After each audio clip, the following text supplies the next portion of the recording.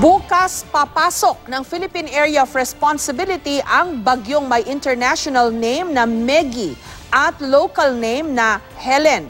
Sa araw ng Linggo, palalakasin nito ang habagat na unang magpapaulan sa Visayas. Base naman sa latest track ng Metra Weather, tutumbukin ng bagyo ang extreme northern Luzon at posibleng maglandfall sa Batanes Province sa Martes. Huling nakita ng Pag-asa ang Tropical Storm 1,855 kilometers silangan ng Central Luzon. Napanatili nito ang lakas ng hangin nasa 65 kilometers per hour malapit sa gitna at bugsong umaabot sa 80 kilometers per hour.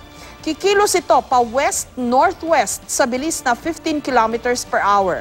Sa ngayon, Intertropical Convergence Zone ang umiiral sa Southern Luzon at Visayas. Kaya asahan ang ulan sa Mimaropa Region umaga pa lang bukas at sa Linggo. May ulan na rin sa iba pang rehiyon sa Luzon sa hapon. At dito sa Metro Manila, mataas ang tsansa ng thunderstorms ngayong weekend. Maghapon naman ang ulan sa halos buong Visayas sa susunod na 2 araw. Habang sa Mindanao, malaking bahagi ang uulanin sa hapon ng Sabado at Linggo. Yan po ang latest mula sa GMA Weather. Magplano para sigurado. I am ready. Serbisyong totoo ng GMA News.